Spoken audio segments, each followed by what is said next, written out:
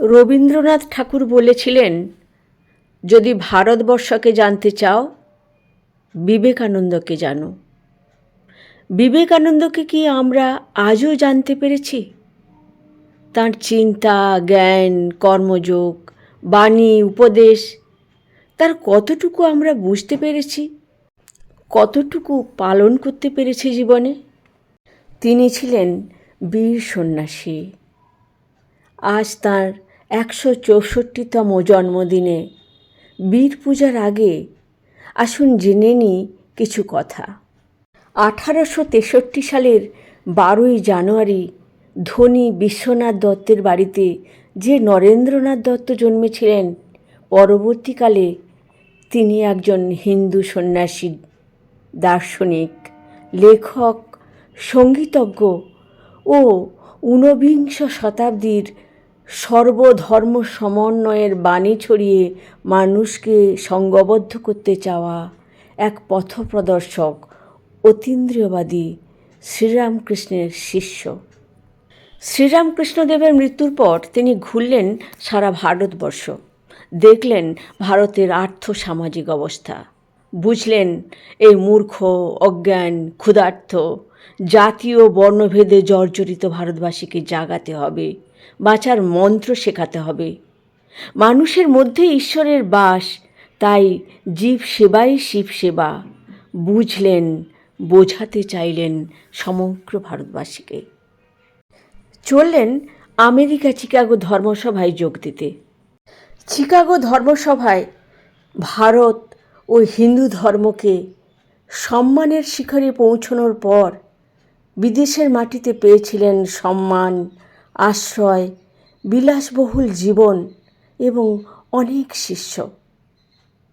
কিন্তু কয়েক বছর পরে তিনি ভারতবর্ষে ফিরতে চাইলেন, কারণ ভারতবর্ষকে তিনি প্রাণের চেয়েও বেশি ভালোবাসতেন। ভারতবর্ষের মূর্খ, চণ্ডাল, অজ্ঞতার অন্ধকারে নিমজ্জিত, পরাধীনতার জাতাকলে পিষ্ট ভারতবাসীর জন্য তার হৃদয়ে রক্তক্ষরণ হতো।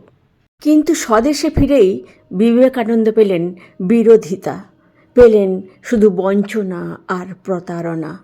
ব্রাহ্মণ্য ভোগবাদীরা তাকে ফ্রড বলেও আখ্যাত করলেন। কিন্তু তিনি তো দম্বার পাত্র নয়। একবার যা সত্য ও যথার্থ বলে জেনেছেন তা পালনে বদ্ধপরিকর। এ শিক্ষা যে তার মায়ের।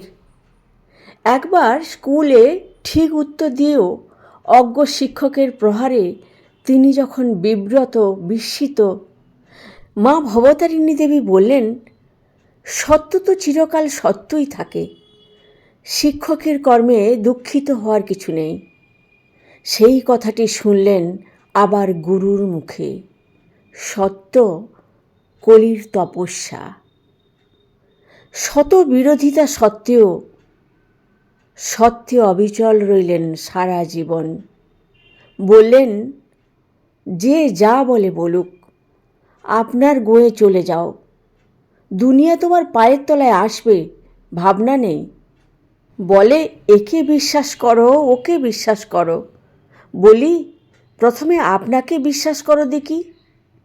এই আত্মবিশ্বাস তার আচরণে, বক্তৃতায়, কর্মে বারবার প্রতিফলিত হয়েছে। তিনি বলতেন, আত্মবিশ্বাস না জন্মালে ঈশ্বরে বিশ্বাস আসবে না। ঈশ্বর তো নিজে কিছু করেন না, মানুষকে দিয়ে করান। কর্মযোগে বিশ্বাসী ছিলেন তিনি। তিনি বিশ্বাস করতেন যুবকেরাই পারবে এই দৈন্য ঘোচাতে। ওঠো, জাগো, লক্ষ্যে পৌঁছানো পর্যন্ত থেমো না। এই হয়ে গেল তাঁর জীবনের মূল মন্ত্র, স্লোগান। আর থামেননি বলেই শারীরিক এবং পারিপার্শ্বিক শত বাধা অতিক্রম করে সফল হয়েছেন বহু কাজে। ছোটবেলাতেই তিনি জুভেনাইল ডায়াবেটিসে আক্রান্ত হন। এখন যারা বলেন তিনি 31 রকমের রোগে আক্রান্ত হয়েছিলেন অসংযমী জীবনযাপনের জন্য, তারা জানেন না যে তার এই অসুখ, এত অসুস্থতা তার এই দীর্ঘ শারীরিক মানসিক চাপ এবং দীর্ঘ সংগ্রামের ফলশ্রুতি। অনাহার কি জানতেন বলেই দুমুঠো অন্ন সবার মুখে তুলে দেওয়ার জন্য তাঁর এত ব্যাকুলতা। শেষ জীবনে অসহ্য শারীরিক যন্ত্রণা সত্ত্বেও শিষ্য শরৎচন্দ্রকে অন্নসত্র খোলার কথা বলেছেন। বলছেন, ভাতের ফ্যান গঙ্গায় গড়িয়ে পড়ে গঙ্গার জল সাদা হয়ে গেছে যেদিন, এমন দেখব আমার প্রাণটা ঠান্ডা হবে সেদিন। তবু তার মানবতার শিক্ষা কি শত সহস্র বছর ধরে জড় ও অজ্ঞানের ঘুম ভাঙাতে পারে সহজে? আজও কি পেরেছে? তাহলে এত রাজনৈতিক, সামাজিক, অর্থনৈতিক নৈরাজ্যে বাস করতাম আমরা? ভবিষ্যৎ প্রজন্মের জীবন অনিশ্চয়তার অন্ধকারে ঠেলে দিতাম? আজ যেদিন তাঁর জীবনী, তাঁর লেখা গ্রন্থসমূহ, পত্রাবলী থেকে তাকে আমরা চিনতে পারব, সেদিন বীর সন্ন্যাসীর পূজা সার্থক হবে।